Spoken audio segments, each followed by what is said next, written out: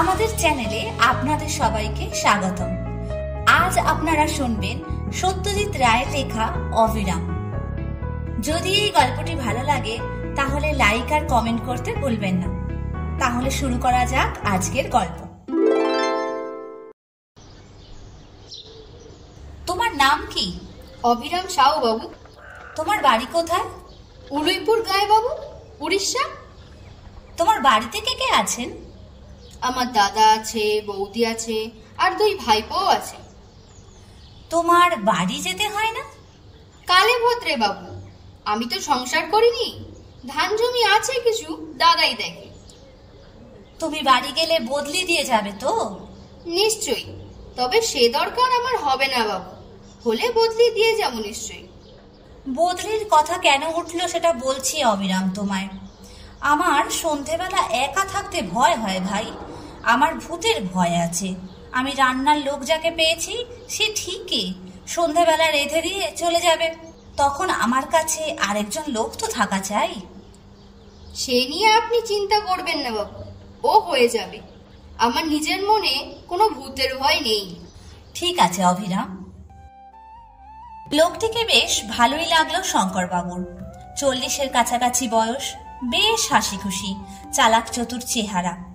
State ব্যাংকের কর্মচারী শঙ্করবাবু এই 7 দিন হলো বদলি হয়ে পশ্চিম বাংলা আর উড়িষ্যার বর্ডারে এই ছোট শহর কাঞ্চনতলায় এসেছেন। নিজে একা মানুষ, 2খানা ঘর সমেত একতলা একটি ছোট বাড়ি পেয়েছেন। তাতে তার চলে যাবে।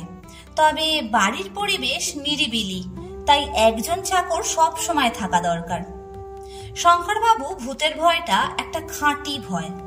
অনেক বছর ধরে অনেক চেষ্টা করেও সেটা কাটিয়ে উঠতে পারেননি তিনি। অবিরামকে শঙ্করবাবুর দিনে দিনে বেশি ভালো লাগতে লাগলো। এমনি কাজ তো ভালোই করে, খাটতেও পারে, আর সন্ধেবেলা সে সত্যি করে শঙ্করবাবুকে সঙ্গ দেয়। আরেকটা জিনিস শঙ্করবাবুকে অবাক করে, সেটা হলো অবিরামের গল্পের স্টক। সে বলে যে সব গল্প আমি ছোটবেলায় দিদিমার মুখে শুনেছি, উড়িষ্যার অফুরন্ত রূপকথা আর উপকথা। অবিরাম ভূতের গল্প বলার মন্ত্রণাও শঙ্করবাবুকে দিয়েছে, কিন্তু শঙ্করবাবু তাতে আমল দেননি। আমি কিন্তু অনেক ভূতের গল্প জানি বাবু। তা হোক, ও জিনিসটা তুমি বাদ দাও। তা বেশ বাবু, তাই হোক। তবে যদি কোনোদিন মনে হয় ভূতের ভয় কাটিয়ে উঠতে পেরেছেন তো আমায় বলবেন, তখন আমি আপনাকে ভূতের গল্প শোনাবো। দেখবেন কেমন মজার গল্প। তুমি নিজে ভূত মানো অবিরাম? আমার মানা আর না মানা কি আছে বাবু, ভূত থাকলে আছে আর না থাকলে নেই, ব্যাস ফুরিয়ে গেল। তবে হ্যাঁ, ভূত মানেই যে খারাপ লোক হবে এটা আমি মানি না। ভালো ভূত হলে খেতে কি। কথা আর বেশি আগালো না। এই ঘটনার 3 মাস পরে এক বর্ষাকালের সকালে অবিরাম শঙ্করবাবুর কাছে এসে বলল, বাবু, দাদার কাছ থেকে চিঠি পেয়েছি। বেশি বর্ষা হবার ফলে আমাদের ফসলের খুব ক্ষতি হয়েছে। দাদা একা সামলাতে পারছেন না। আমাকে 3-4 দিনের জন্য যেতে দিতে পারবেন বাবু? শঙ্করবাবু এই অবস্থায় না করতে পারলেন না। কিন্তু তুমি যে যাবে, লোক দিয়ে যাবে তো? নিশ্চয়ই, খুব ভালো লোক দেব।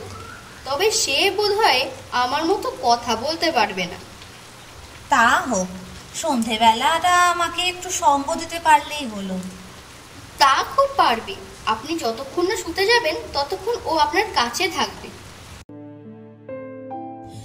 অবিরাম চলে গেল।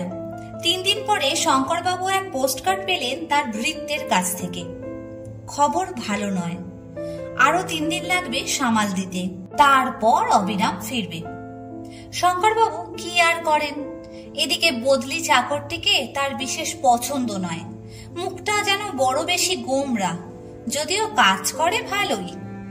পরদিন সকালে রেডিওতে খবর শুনে শঙ্করবাবু স্তম্ভিত। তার চাকরের গাঁ এবং তার চারপাশে বেশ অনেকখানি এলাকা জুড়ে প্রচন্ড ঝড় বৃষ্টির ফলে হাজার হাজার লোক মারা গেছে এবং আরো অনেক বেশি লোক গৃহহীন। শঙ্করবাবু মাথায় হাত দিয়ে বসে পড়লেন। এ অবস্থায় কি করা উচিত তা তিনি স্থির করতে পারলেন না। চিঠি লিখে লাভ নেই, অবিরামও যে লিখবে এমন কোনো ভরসা নেই। অবিরামের বদলে নিতাইও এ ব্যাপারে কিছু সাহায্য করতে পারল না। রাত 10টা পর্যন্ত বাবুকে সঙ্গ দিয়ে নিতাই উঠে পড়ল। শঙ্করবাবু একা তার শোয়ার ঘরে প্রবেশ করলেন। বিছানায় শুয়ে বুঝলেন যে তার ঘুম আসার সম্ভাবনা কম। অবিরামের অভাব তিনি তীব্রভাবে অনুভব করছেন। ক্রমে রাত নিঝুম হয়ে এলো। এক টানা ঝিঝি ডেকে চলেছে। এবার তার সঙ্গে শেয়ালের ডাক যোগ হলো।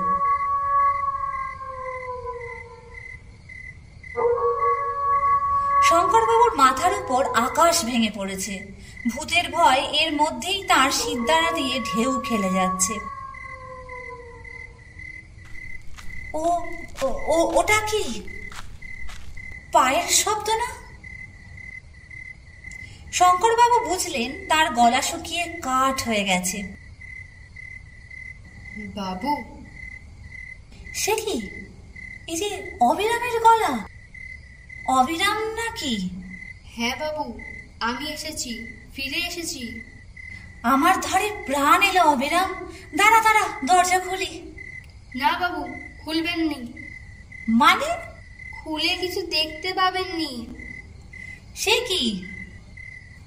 আমি অবিরাম বাবু, কিন্তু আসল অবিরাম নই।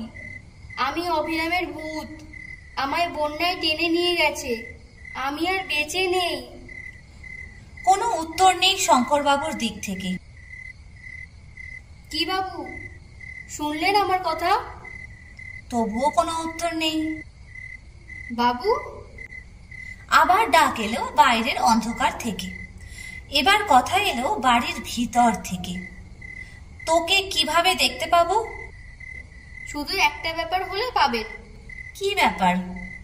আপনিও যদি ভূত হন। তা সে আর তোকে বলছি কি? তুই ভূত হয়েছিস শুনেই তো আমার আত্মারাম খাঁচা ছাড়া হয়ে গেছে। আমার দেহ ওই পড়ে আছে খাটের ওপর, দৃষ্টি ঘরের ছাদের ওপর, দেহে প্রাণ নেই। তবে চলে আসুন বাবু। এই এলুম বলে আমাকে গল্প শোনাতে পারবি? ভূতের গল্প? কারণ এখন আর ভয় নেই অবিরাম। বাকি মরণটা গল্প শুনে কাটিয়ে দেব। কি বলিস? যা বলেছেন বাবু, যা বলেছেন।